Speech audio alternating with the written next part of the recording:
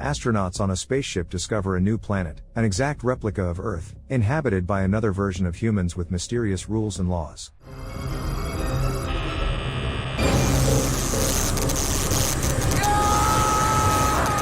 Morning. A girl's alarm clock rings. She wakes up, turns it off, and goes to brush her teeth. On the TV, a talk show is airing. Two men are justifying and apologizing for some wrongdoing.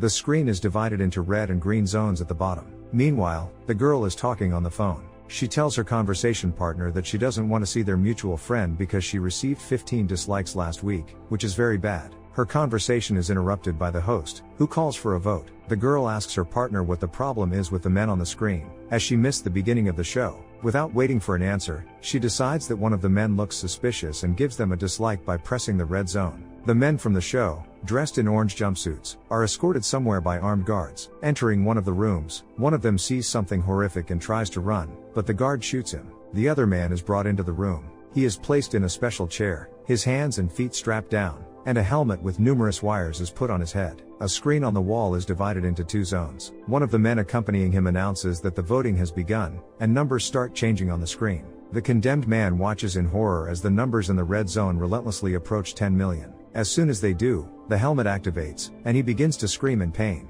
The Orville arrives in orbit of the planet. Lieutenant Gordon Malloy, looking at it through the panoramic window, notes with surprise that this planet looks very much like Earth. Ed Mercer and Isaac confirm this. It not only looks similar but also matches Earth's 21st century level of development. The captain plans to send a search party to the planet. Researchers sent to study the planet haven't made contact for over a month. In their last report, they mentioned successfully assimilating into society and attached a bunch of cool photos. Appointing Borchus as the lead, Ed goes to check on the team's preparations. Lieutenant John Lamar, struggling with the discomfort of his clothing, tries to squeeze into a pair of jeans. Kelly and Alara, standing nearby, assure him that he looks great. The Zelian officer is also unhappy with her outfit, feeling that she looks ridiculous, especially with the headband she's wearing. In response to her complaints, the first officer suggests checking out other headwear options available on the planet, as her unusual forehead and ears need to be concealed. After making a request to the computer, several hat options appear on the table, and Dr. Claire Finn selects one of them. As they dress, Ed enters, joking about their appearance, hands them money, and teaches them how to use it.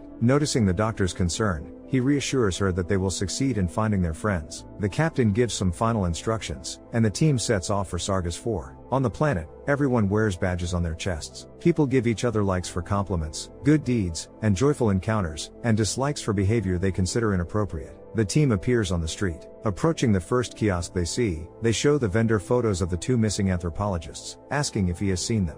Glancing at the photos, the man says he recognizes them and mentions they used to hang out at a cafe further up the street. He then asks why they aren't wearing badges, as it is forbidden to go without them in their society. The team tries to come up with an excuse, but the vendor interrupts and offers to sell them 4 badges with boosted likes. They agree, take the badges, and struggle to pay before leaving. A minor spat breaks out between Alara and John, with the lieutenant making jokes about Alara's personal life. Trying to tease her further, John jumps onto a statue and performs an inappropriate dance with it. While he does this, several people film him on their smartphones. Kelly, scolding the lieutenant, leads the team to the cafe. In the cafe, a TV show with a voting segment is playing. A woman approaches the bar and asks for a cup of coffee, but the bartender refuses. The cafe has a rule: they don't serve customers with more than 500,000 dislikes. The woman starts begging, saying she's been turned away from every other cafe, but the bartender drives her out. At that moment, the team enters the cafe and heads to the bar. The woman immediately notices them, especially John.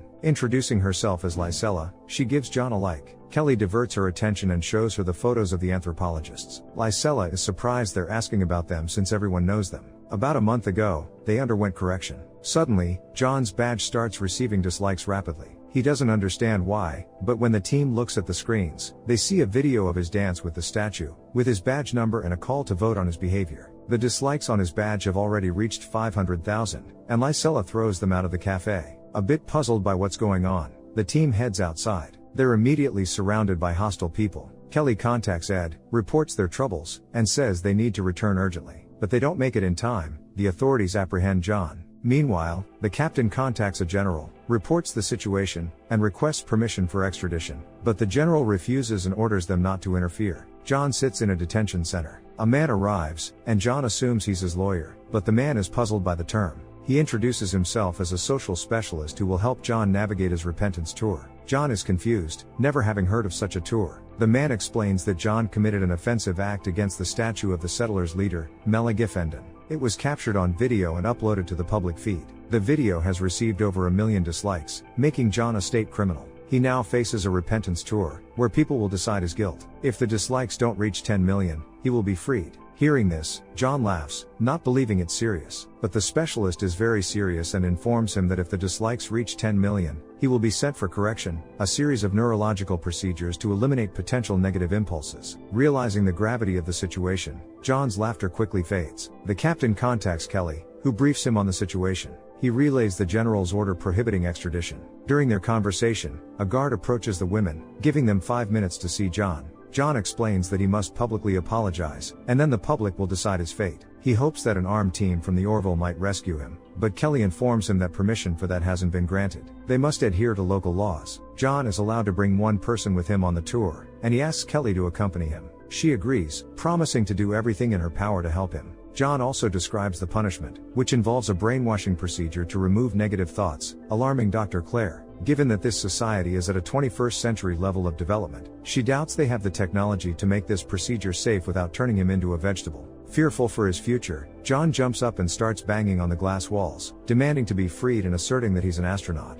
Once he's calmed down, Kelly asks Claire if she could restore his brain if needed, but Claire doesn't know. She needs to examine someone who has undergone the procedure first. Alara recalls the bartender mentioning the 2 anthropologists who underwent correction, so finding them is crucial. Just then, the social specialist enters and informs John that his session will begin in 20 minutes. John sits before a mirror with Kelly standing beside him as makeup is applied, and the lawyer gives last-minute advice. The show starts, and John steps out to face the hosts, who bombard him with questions he can't answer. Meanwhile, Grayson contacts Ed, who is watching the show and is astonished by the lack of formal legal procedures. Kelly reports that she couldn't find any evidence of judicial processes. Everything is decided by public opinion. Isaac suggests this is an example of an unstructured democracy, unlike any other known world. John tries to apologize and improve his situation, but he only makes it worse. Voting begins, and the number of dislikes climbs to 4 million. Alara and Claire return to the cafe to see Lysella. She's happy to see them and feels very sorry for what they've been through. They thank her and hope that John will make it through, but Lysella doesn't know who they're talking about. When she realizes it's about a guy, she gets upset and tells them they need to forget about him and move on.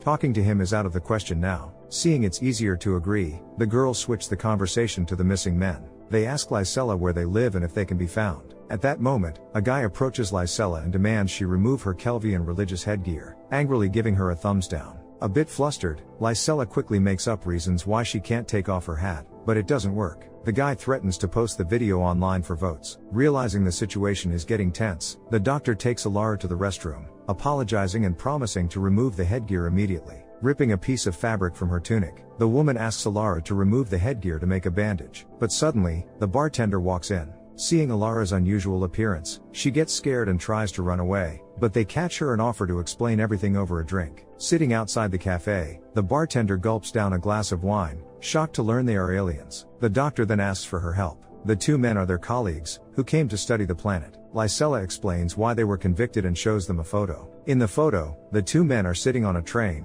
with a pregnant woman standing next to them. They didn't give up their seats, and the photo was uploaded online, getting a lot of thumbs down. They probably didn't even notice her, but it didn't matter. Society decided they were guilty. Lysella adds that one of them tried to run before the procedure and was shot, but she doesn't remember which one. After the correction, people are sent home, and Lysella, struggling to recall, tells them the street where they lived. The girls find their colleague's apartment, but it seems empty. However, in one of the rooms, Alara finds Lewis. He's acting very strangely, and Claire decides they need to get him back to the ship immediately. Meanwhile, the social specialist tries to help John by suggesting he face the public with a positive attitude. John takes the advice, but the host disapproves. John committed a very bad act, and despite this, he appears cheerful and carefree, and even assaulted some audience members. On the ship, the doctor scans Lewis, and to her great disappointment, finds that the brain damage is irreversible. Meanwhile, John faces another round of voting, and the number of dislikes is increasing again. Only the final vote remains, which will decide his fate. Wilkes doubts John can avoid correction, as no one has ever avoided it after reaching 9 million dislikes in the penultimate stage. Kelly contacts the captain, who reports that Claire couldn't heal Lewis, putting the lieutenant in a desperate situation.